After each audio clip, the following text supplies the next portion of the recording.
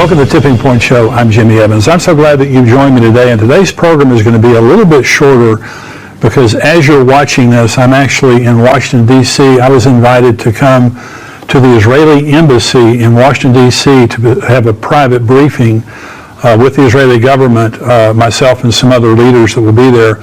And one of the reasons that they're doing this is because there's so much misinformation going on concerning October 7th. And we wrote an article and posted it on endtimes.com talking about a major movement right now that is accusing Israel of planning this entire attack on October 7th, orchestrating the kidnapping and the killing of their own people as a pretext of them invading Gaza, which is absolutely ridiculous. Unfortunately, it's gaining a lot of traction on social media, on TikTok, other places. There's been a lot of this is going around. Now we're seeing the pro-Palestinian rallies where they're actually saying that Israel is the one who did this. They're either saying it didn't happen or Israel's the one who did it. They're behind all this. You know, when it comes to Israel and anti-Semitism, people just are crazy. And I've said this before, anti-Semitism is not an ideology. It's not a belief, it's a spirit, it's demonic.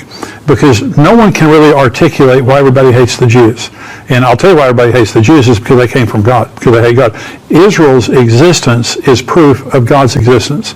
The only nation ever started by God was the nation of Israel. He started it with a man named Abram, who became Abraham.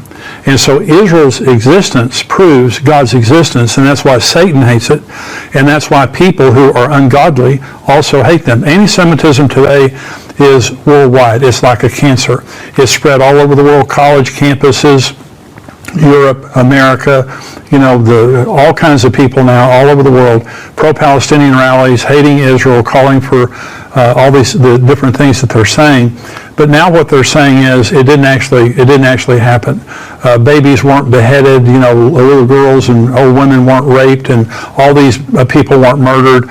And if it did happen, the Jews are responsible for it. So I'm as you're watching this right now, I'm actually in Washington, D.C., and I'll be at the Israeli embassy, and they're going to show us footage from October 7th, and that's something I'm not looking forward to seeing. But one of the reasons that they want us to see it is because they want to prove that it actually happened, and it was not the Israelis that did it, it was Hamas that did it. And unfortunately, when these attacks happened on October 7th, because of technology and the way that it is right now, they actually were live feeding the killing of the Jews, the unbelievable carnage that happened when over 1,000 terrorists invaded in the early morning hours the kibbutzes and also just the areas around Gaza there. And see, one of the reasons that they weren't expecting this is because Hamas had been telling Israel that they wanted to normalize relationships and they wanted to enter into a ceasefire. And Israel's never broken a ceasefire. Anytime that there's a ceasefire between Israel and the Palestinians or Hamas, they've always honored it. Every ceasefire that's been broken has been broken by Hamas or by the Palestinians. So Israel thought that they had peace with Hamas. And in the early morning hours, they came in and just did this unbelievable thing that they did. There's still many hostages that they're holding in an unbelievable way to manipulate Israel, to try to manipulate Israel, but it's not having the intended effect because Israel is still conducting their raids on Gaza and trying to destroy Hamas completely, and they will destroy Hamas. Regardless of how long it takes them, they will destroy Hamas. But we're going to be watching this footage, and we're going to be also, they're going to be talking to us about, you know, what they want us to do. One of the reasons I'll be there is because they want me to use my influence to help them. And one of the things I want to say to you who are watching this right now, and I know many of you, some of you may be on YouTube, but others, you're endtimes.com subscribers. I just want to say to you, please help me in whatever influence you have to let people know that October 7th was real, and it was real. It actually happened. Babies were beheaded, old people were killed, young people were killed, women were raped, these hostages were taken. It was a shocking demonstration of just barbarianism that happened on October 7th. Israel didn't do it. and it actually happened. Those are the two things we need to let people know. And I told you a couple of weeks ago that there was a pro-Palestinian demonstration less than a mile from my house. And it was shocking to me. I was driving down the street with my granddaughters. They had taken me out to eat lunch. And we were driving down the street and we saw this commotion up here on the side of the road, and we drove up there, and it was about 100 people, but more people were walking in from every direction, and they were waving pro-Palestinian flags and shouting that Israel was committing genocide in Gaza and that Israel was an apartheid state. And so all these kinds of things. It was shocking to me that it was happening in my neighborhood. The other thing that was shocking to me is how many cars were passing by honking in support of them. And this is what's happening. It's very popular to be pro-Palestinian right now. President Biden was giving a speech yesterday, and he was interrupted over a dozen times by these pro-Palestinian demonstrators that were demanding that they stop that they call for a ceasefire in Gaza. And so this nuttiness that's going on, this anti-Semitism that's going on right now, is one of the major end-time signs, because Zechariah 12, Joel chapter 3, both say that at the very end, all the world will march against Jerusalem. All the world will march against Israel. That's Armageddon. And so, in the past, we've seen anti-Semitism. We've seen it raise its head. But some people would say, and many people have said to me through the years, Jimmy, are you really telling me that this tiny little nation in the Middle East, the size of New Jersey, would be so badly hated that the nations of the world would march against them? And that seemed a little illogical and maybe far-fetched a year ago. Right now, you can see it happening. And so this is an article here. So I'm asking you, first of all, pray for me and the other leaders there. Pray for Israel in the midst of all of this deception, all this anti-Semitism. But I'm asking you to pray for Israel and use whatever influence you have to let people know that this is real. It was done by Hamas and not by the Israelis. Just whatever influence you might have. It might be at school, it might be at work, it may be with your friends, it may be with your family, or whatever, it may be online in social media. You stand on behalf of Israel. God says, I'll bless those who bless you, I'll curse those who curse you. And that promise is still true to this day. So let's be among the people who stand with Israel, blessing them and supporting them. But I'm talking about the nation of Israel, what's happening right now in the world. This is an article, and the headline is, EU threatens consequences for Israel's opposition to Palestinian state. Consequences. Now, I read to you, this is a guy that I'm going to mention here in a minute that I've read to you before. His name is Joseph Borrell. And it says, EU diplomats said on Monday in Brussels that a two-state solution is the only credible path to peace between Israel and the Palestinians after earlier threatening consequences, quote, consequences, if Israel continued to oppose the plan. We have to stop talking about the peace process and start talking about the two-state solution process. Joseph Borrell, the EU's High Representative for Foreign Affairs, told press at a meeting at the Council of the European Union's Foreign Affairs Committee. Now, you remember I read this article a couple of weeks ago. He's calling for forced two-state solution. This is Armageddon. This is what happens when the world marches against Israel to try to force them into a two-state solution. Now, it's going to happen someday. Now, I've been saying to you, there's going to be wars and all the pressure that's happening right now worldwide. The world, the Biden administration, the America, the EU, the United Nations, International Criminal Court, they're all trying to pressure Israel into this two-state solution. It's not going to happen. And Benjamin Netanyahu has been very, very specific about the fact he's not going for it. And so this is an opinion piece now in the Jerusalem Post. And it's by Linda Allen. And she says, after 18 years of abuse of power, Palestinians are undeserving of self-rule in Gaza. And so 18 years of abuse of power, the Hamas was, their purpose was to destroy Israel. That's why they broke off from Fatah and the Palestinian Authority.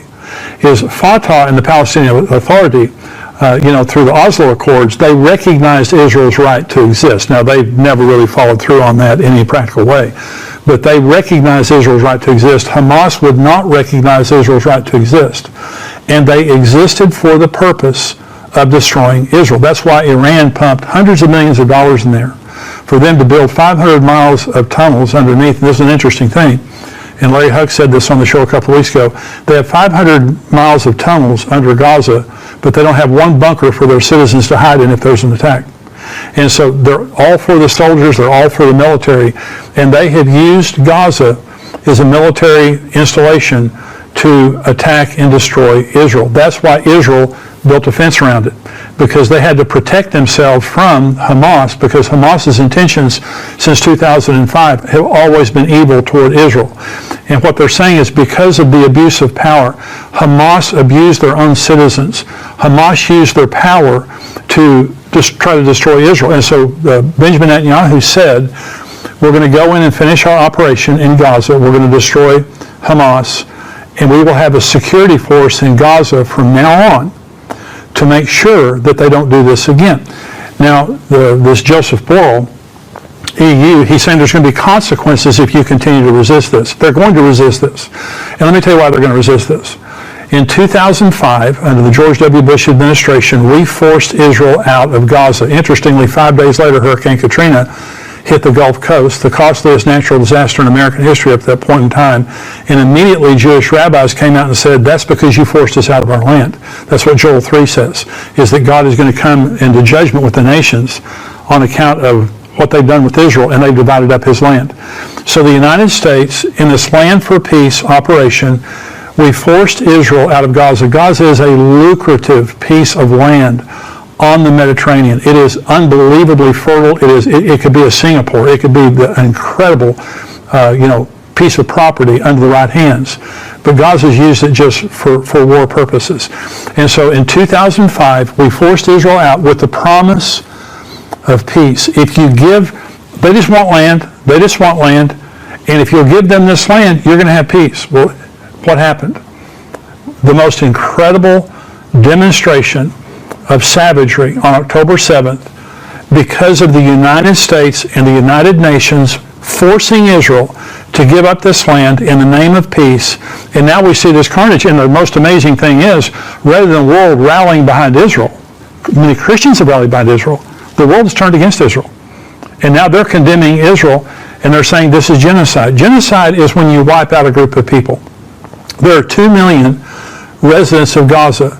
Right now, the last death toll I heard of the Israelis killing Hamas, and there's been some citizens that died, was 24,000. Okay, well, that's a little over 1%.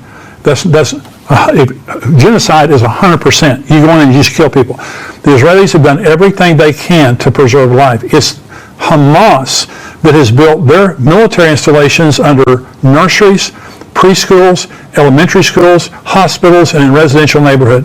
They use their people as a shield. The Israelis don't do that. The Israelis protect their citizens and the Palestinian citizens.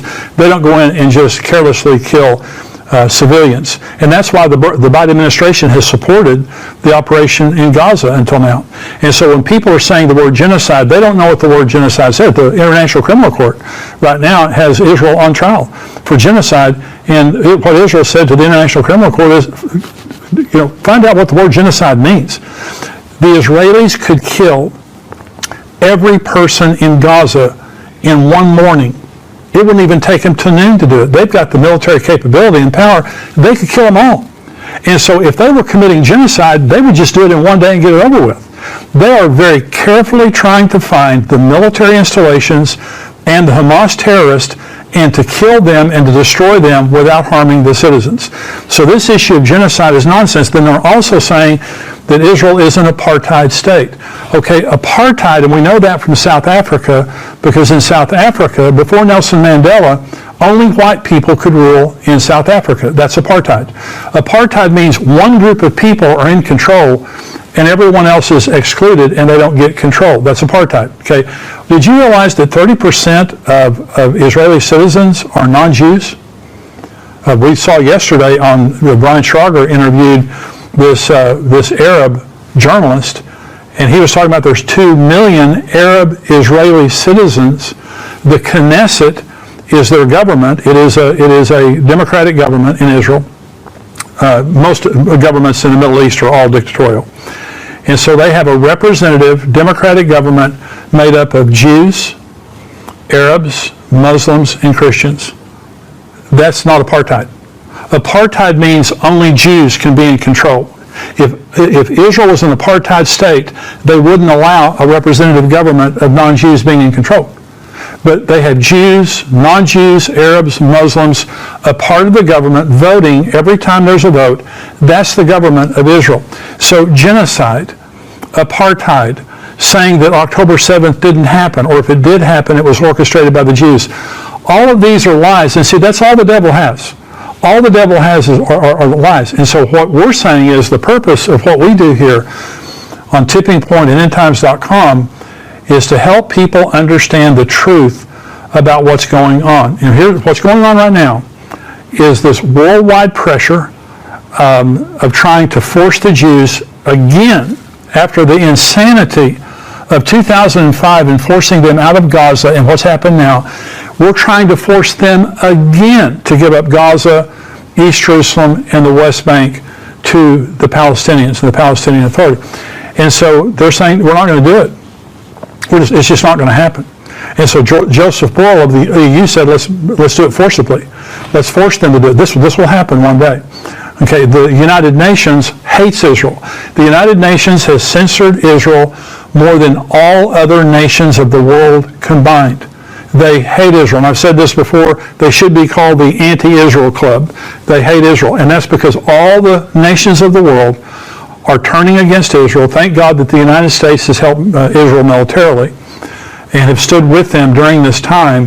However, we are trying to force them into a two-state solution. And Anthony Blinken, our Secretary of State, visited Saudi Arabia last week, and Saudi Arabia said, we would like to normalize relationship with Israel, but it will require them entering into a two-state solution.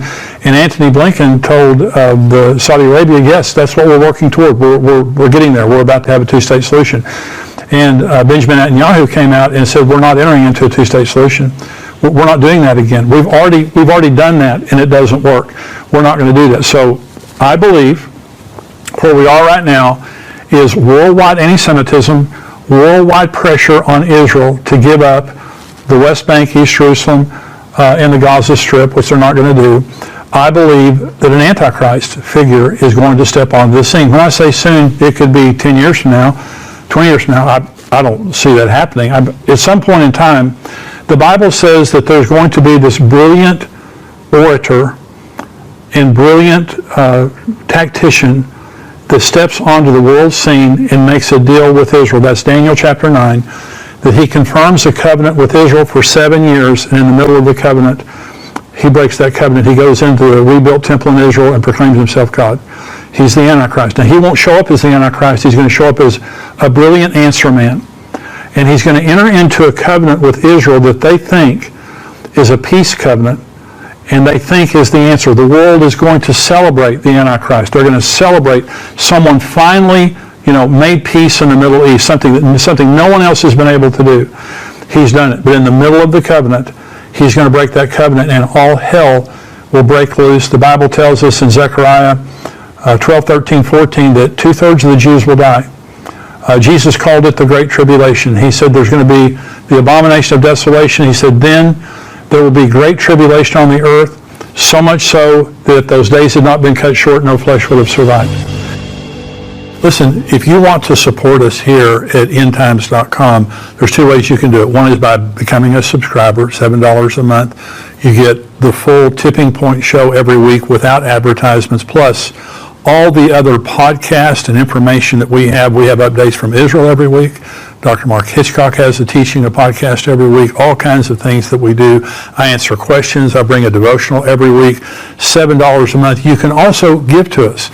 You can go to endtimes.com right now. There's a donate button, and just give a gift. Nothing is too small, nothing is too large, and you can give a recurring gift.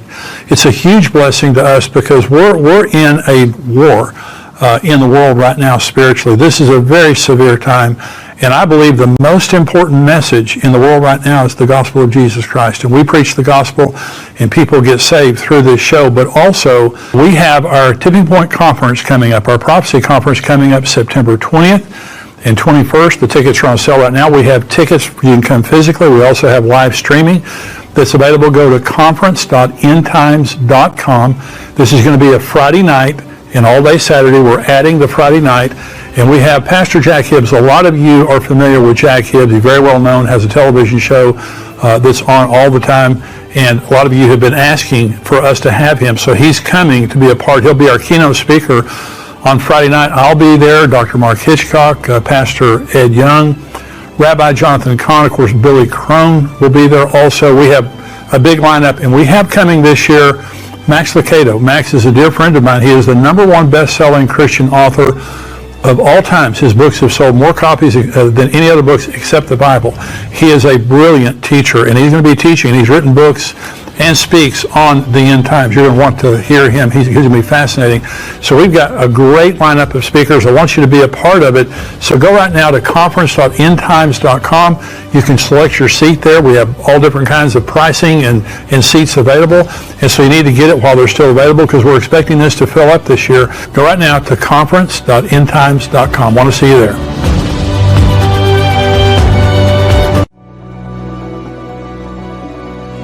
Welcome to the Tipping Point Show. I'm Jimmy Evans. Today's show is about the total solar eclipse that will occur over the United States on Monday, April 8th.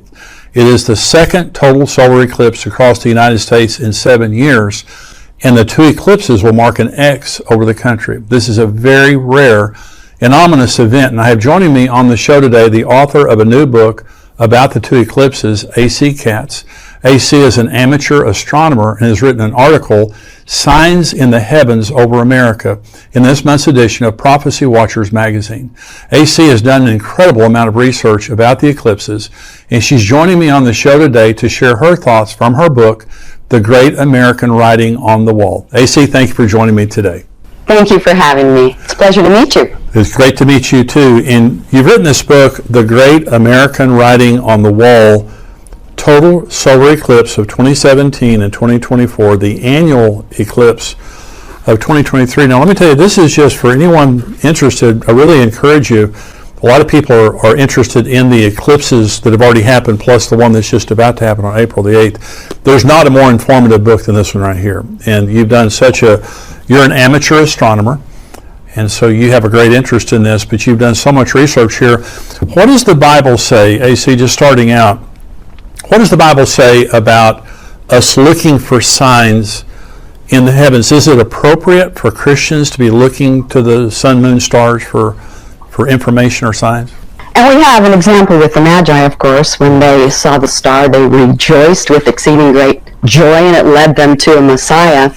And even Jesus tells us, he tells us where we can look. He warns us and tells us in Luke 20:111, there will be great earthquakes along with famines, epidemics in various places, and there will be terrors along with great signs from heaven. Right. We also have a very important one, and that is Genesis 1:14, and God said, let there be lights in the expanse of the sky to separate the day from the night, and let them be for signs, and for seasons, the Moedim, and days and years. And he called it good. There's a definite distinction between the two. The Moedim would be for the Jewish feasts and solemn assemblies, and we've seen a lot of work done on that. And so I'm focusing more on Le'ot, the signs. And they're a signal, a flag, a beacon, omen, evidence, mark, miracle, promised by prophets as pledges of certain predicted events. So there we have it right there, that God tells us why he designed the heavens, and it's for signs also. Also, we have Psalm 19:1 and 2, and it says, the heavens declare the glory of God, the skies proclaim the work of his hands. Day after day they pour forth speech, night after night they reveal knowledge. Well, who are they speaking to, and who are the recipients of that knowledge? Well, it's us. Yeah. So we have permission to look in the heavens. We know that's the very format that God created for us to view signs. Yeah. Well, you talked about the Magi. You know, they found Jesus through a star. And, absolutely. And everyone could see the same star. You know, the same star that they followed, anybody else could look up and see it, but they just weren't watching. Exactly. And so I know that a lot of people, there's a confusion between astrology and astronomy. Okay, so you're not talking about astrology. You're talking about astronomy. Not at all. Not at all. As we can see, God has already ordained the heavens for the very format that we can look. But astronomy, yes, God called it good. And isn't it interesting how the devil likes to pervert everything that God calls good? And that's what he did with astrology. A lot of times you have Jupiter, and that was the Greek god Zeus, right? And then Venus, the Roman goddess of love. You give them personalities, and it's just a perverted, worshiping them, making sacrifices to them. There are many different ways that people are involved in astrology, but that's not what we're looking at. We're looking at the wonderful signs in the heavens that God created for us in His creation, the heavens and sun and moon and stars. Well, Jesus said in Luke 21 that you just read concerning the end times, there'll be signs in the sun, moon, and stars. Well, signs point to stuff. Yes, absolutely. Like when you're on the highway and you see a sign that says, Albuquerque 100 miles, is pointing you to the fact that you're getting close. So these signs that we're seeing, and there have been other signs astronomically, the Revelation 12 sign that happened in 2017, which you talk about in your book, unbelievable sign there. But this is not the only sign, but these there's 3 eclipses we're going to talk about. But this is a major, major sign of something happening to America. Do you believe that? Absolutely, absolutely. And interestingly, the 2017 eclipse was exclusively over the United States, and that's where most of the time eclipses occur over the ocean, or they partially come over the U.S.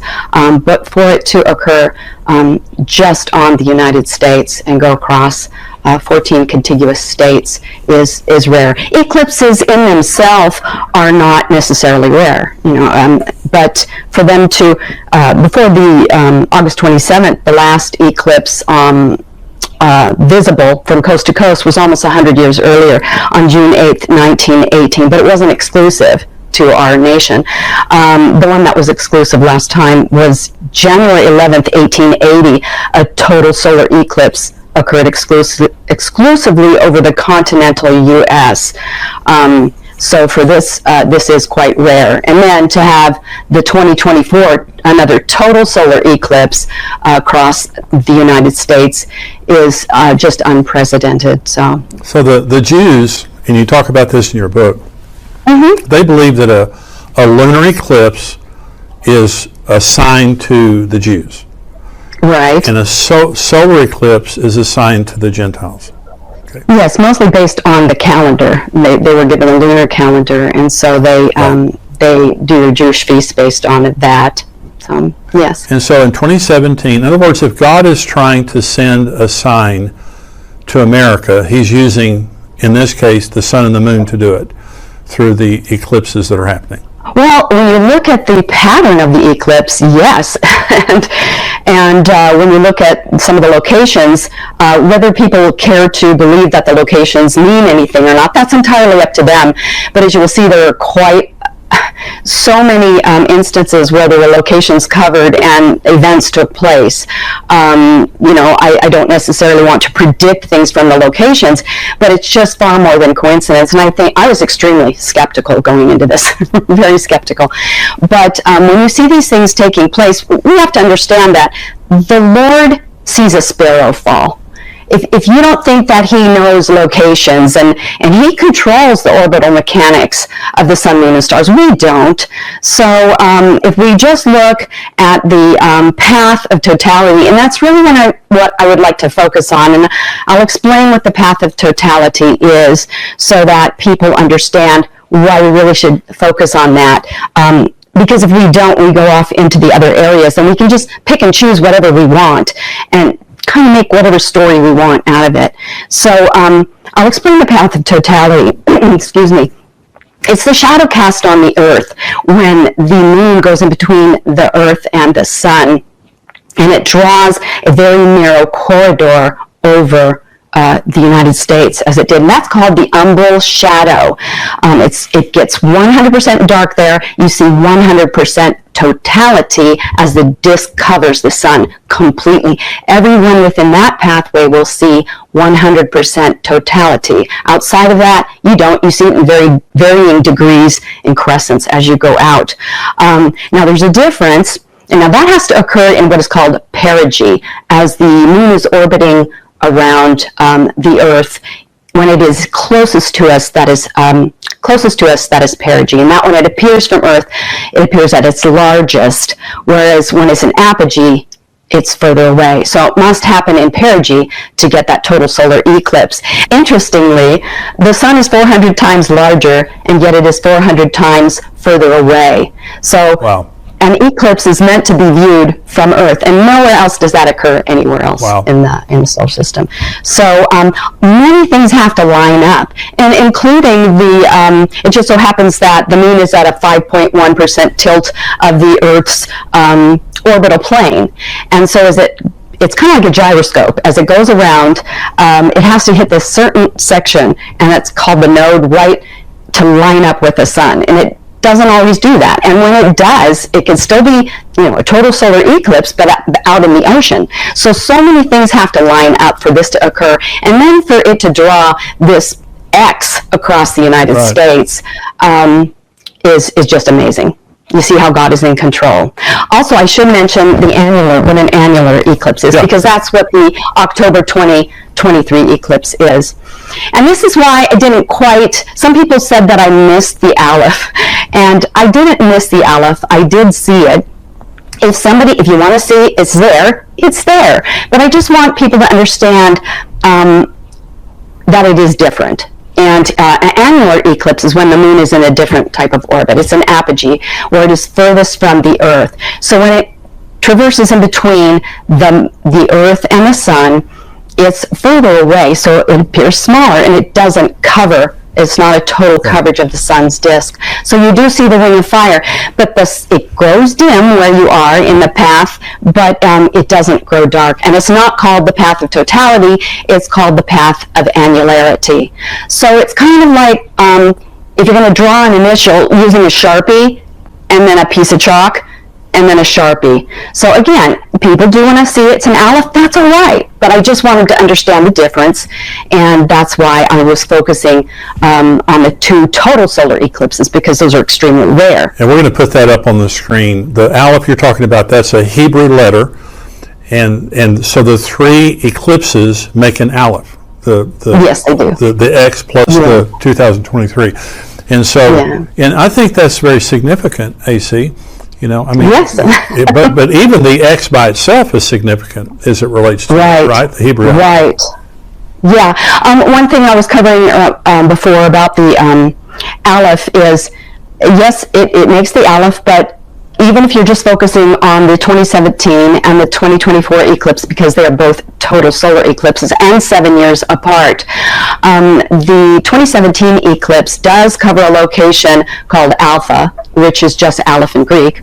Wow. And the 2024 covers actually two locations, Omega, which is two Tavs. So Alpha, or Aleph and the Tav are covered in both of those total solar eclipses. Wow. But whatever way you want to look at it, it's there, and it's quite amazing. Okay, talk about the 2017 eclipse. Talk about some of the places that it went over, because I think it's very significant. You're not hyping this up. You're just looking at the path of totality in 2017. We're going to talk about 2024 here in just a minute, but talk about some of the places it went over. Well, there are so many. Actually, in the 2017 eclipse, I've actually recorded 177 locations with, I think I have eight color maps in there, and they're pinpointed locations, also descriptions and how they apply to scripture, many scriptures throughout the book, which is what's important, because I want people to read their Bible and find those scriptures. That's what it's all about. That's the number one book, but it really points you towards that and everything that's taking place, and many of these locations and events are spoken of in the Bible. But in the 2017 total solar eclipse, actually, I have to be honest, when I was first looking at this, I had heard, I did this research in 2019, and I kind of wrote my own little book and had it on my desk since then, but I was pretty naive as to how to publish a book and whether anyone would be interested. But my goal was to find out if these locations that I was hearing about and seeing in maps were indeed true or kind of hyped. I didn't know. But so I did, having seen the map of 7 Salems, I wanted to check and see if there were indeed 7 Salems. And I'm sorry, I don't want to disappoint people, but the map that's going around, there's no Salem, Wyoming in the path, and Salem, Missouri does exist, but it's not in the path of totality. And if people find other ones, I would be just as excited as them to see those. But really, it's mostly Oregon, Idaho, Kentucky, Nebraska, and I think South Carolina. I have it marked down. But and it's in the book. But while doing that, I found so much more. I was stunned to see that at the beginning of the 2017 eclipse, and I see it as a 7-year period. You have this whole eclipse across. At the very beginning of the 2017 eclipse, you see the city of Donald. And I thought, Donald, that's, everybody knows who Donald is, especially back in 2017, right? There was only the Donald. Well, he just so happened to become the president of the United States at that time. He was 70 years old. It was 70 years from the UN decree to reestablish Israel. Wow. The city of Donald is actually part of the Salem Metropolitan Statistical Area. And we know that Salem is another name for Jerusalem, right. Jerusalem. And then December 6, 2017, he announced that no previous president officially declared while in office, and that is Jerusalem is the capital of Israel. And he opened the U.S. Embassy there in May 2018. So there you have a location. It's just there. It can't be denied. The eclipse crossed it, and these events took place. So you can't ignore that. But if people want to call it coincidence and don't think it means anything, that's up to them. That's all right. But then we move on to McCain Garb, which was another location just a little bit further. It looked like, if you're going to stretch it out over a 7-year period. And then Senator McCain passed away. There's so many other locations, I can't go through all of them, but there's a grouping of Salem, Shiloh, and Fair Dealing. Very interesting, because on September 15, 2020, the signing ceremony for the Abraham Accords by Trump's son-in-law, Jared Kushner, occurred on September 15, 2020. And that's Salem, Shiloh, and Fair Dealing. And that's pretty amazing if you delve into that further. I'll mention some others, and then we can move on to the crossover point. There is a location, as you get further towards the middle of the 2017 eclipse, and that's St. Joe. Now, it didn't say St. Joseph or Josephine or anything. It's just St. Joe. Now, some people may say this is a stretch, and that's fine, but you have Joe and Saint, and Joe Biden became the president in 2021, and he's also Catholic. So, okay, maybe it's a stretch, but it's right next to Washington Defiance together, which had January 6, 2021. So I know you can say it's a stretch, but it's there. I didn't make it up. So we'll go on to the crosshairs of the 2017 and 2024 eclipse. Now, there's a crossover point. But what I'm going to focus on is you have the path of totality, right, where everyone in that path, in the umbral shadow, sees 100% of the eclipse. Just as it moves away from the center of that umbral shadow, the duration is going to be shorter. So what I was looking for was the location that was right on the crosshairs and the longest duration. And what I found, the closest town in the crosshairs on the exact astronomical map is Maconda, and that's Maconda, Illinois. Now, I know some people say it's Carbondale, and Carbondale is a large city. It is still within the path of totality, but it isn't in the depth of the umbral shadow as Maconda is. And interestingly, the word Maconda in African origin means woman of strength, and in Sanskrit origin, which is an ancient language of India, is woman of power. And Kamala Harris has long identified as both Black and East Indian. And at that point, right about that 2021, that's when she became the Vice President of the United States. So not only is she the second African American woman and the first South Asian American senator in history, but she is presently the Vice President of the USA, and she is the most powerful woman. And again, with Donald Trump and Kamala, it doesn't matter whether you like them or dislike them. That has nothing to do with it. These are just the facts. Yeah. So, and what I found also interesting was with Makonda, I wanted to find out, well, okay, what else is special about Makonda?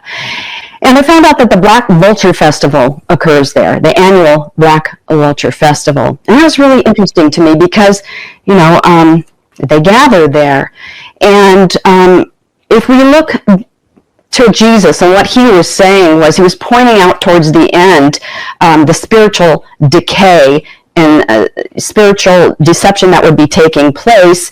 In Matthew 24:28, he says, just as the gathering of vultures shows a carcass is nearby, so these signs indicate the end is near. So, has America become a carcass? Well, personally, I think it has. I think it's a carcass the vultures are circling above, just waiting to swoop down. That's how I see it. And as we know, with the black vulture, it says in Leviticus 11:13, and these you shall regard as an abomination among the birds. They shall not be eaten. They are an abomination, the eagle, the bearded vulture, and the black vulture. And the eagle it's speaking of is not the American bald eagle. It's a type of vulture. But the black vulture. And then, of course, in Revelation 8:2, Babylon the Great is fallen, and has become the habitation of devils, and the hold of every foul spirit, and a cage of every unclean and hateful bird. So I think it's something that we need to take a look at. And the black vultures haven't been migrating there for very long. I think maybe it's 20 years. I could be wrong about that. But the point is they're gathering there. And to me, we're a carcass. I'm sorry, but that may not make people very happy. But then also within that area is Giant City State Park, right there in the crossovers. Where have we heard of giants before? Well, Genesis 6, right? And again, Giant City State Park was named for its unique impressions. It looks like it was inhabited by Nephilim and giants, thousands of years ago. But when did we hear about giants? Well, Jesus said in Matthew 24, as it was in the days of Noah. That's right. And the days of Noah were not really a party time. I know a lot of people say, well, it is business as usual, and they're being given in marriage. It wasn't the type of marriages that we have going on, nice receptions with big tall cakes and white gowns and throwing bouquets all over the place. It was entirely different. And if people want to look back on Genesis 6 and find out what was taking place at the time, in Genesis 6:4, there were giants in the earth in those days, and also after that, when the sons of God, B'nai Ha-Elohim, came unto the daughters of the men. B'not Ha-Adam is the word that was used in Hebrew. So you can see it's daughters of men. But B'nai Ha-Elohim is spoken in Job 38:7, and at that time he was talking of the sons of God. That was before Adam was ever created. So it's not the sons of Seth when he speaks of B'nai Ha-Elohim here. Came in unto the daughters of men, and they bore children unto them, and the same became mighty men who were of old, men of renown. So it's speaking of the Nephilim and the giants there. Now, this is not an area that I'm an expert in. I do go into it a bit in the book, but there are those out there who've done quite a bit of work on that. And I know L.A. Marzulli, Gary Stearman, I think it's Tim Chaffee, but there are a lot of books out there. So again, I'm not the expert on that, but there are people who are interested in that, and I would recommend. There are many people, AC, and like you said, L.A. Marzulli and others that have talked about that. Mm-hmm. And I had Billy Crone on the show recently, and he was talking about the aliens and the things that are happening right now. So anyway, go ahead. But that is. Yeah, they have wonderful, in-depth information, and I absolutely recommend them if people want to get in it. There are many subjects that I go through in the book, and I always recommend. It gets to biblical prophetic wars.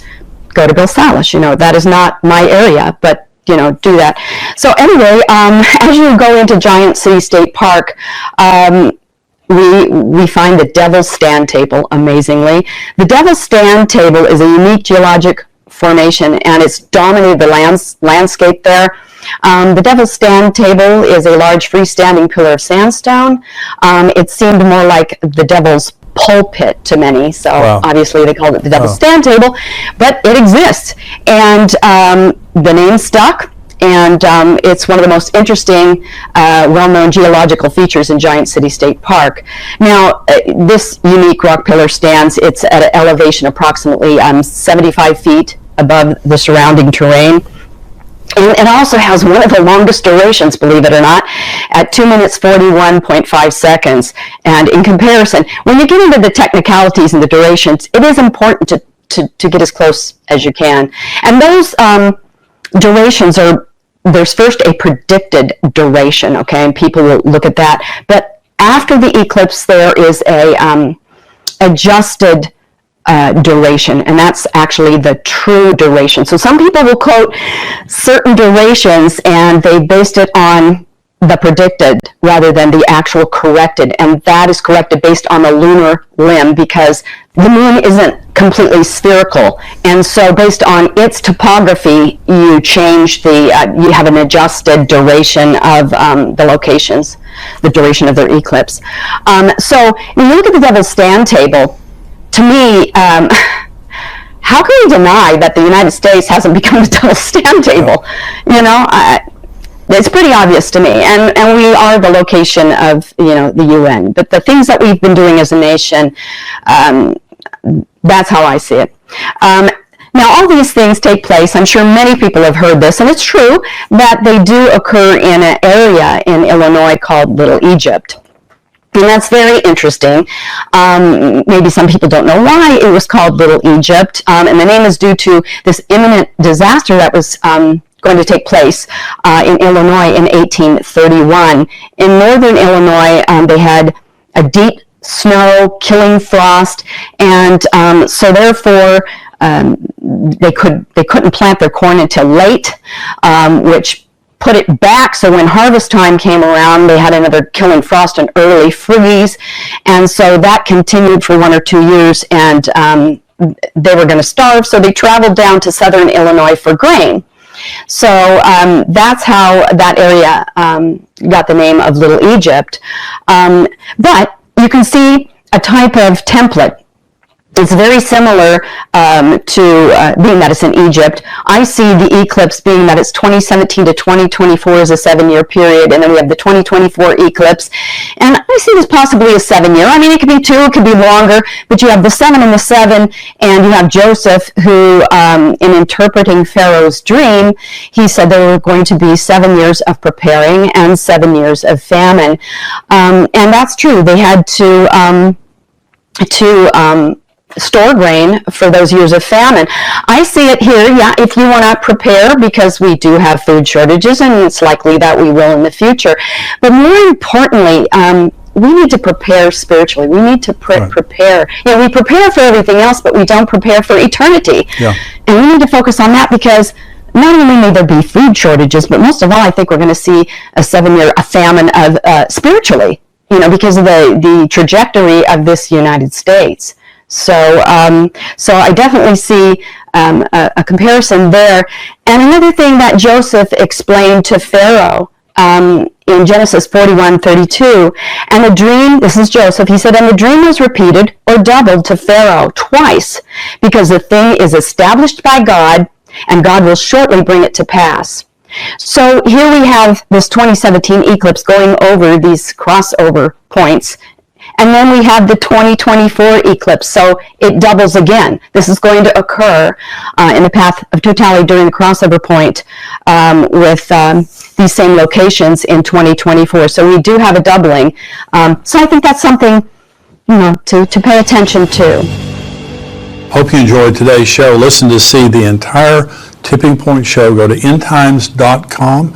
Become a subscriber for $7 a month. Love to have you as a subscriber, but I hope that this information has been helpful to you. And listen, you can give to us on endtimes.com. You can go and you can give a donation one time. You can give a recurring donation, We need your support to keep this ministry going and to reach out to as many people as we possibly can. First of all, to lead them to Jesus Christ, but also to give comfort and encouragement to people in the very difficult times that we're living in.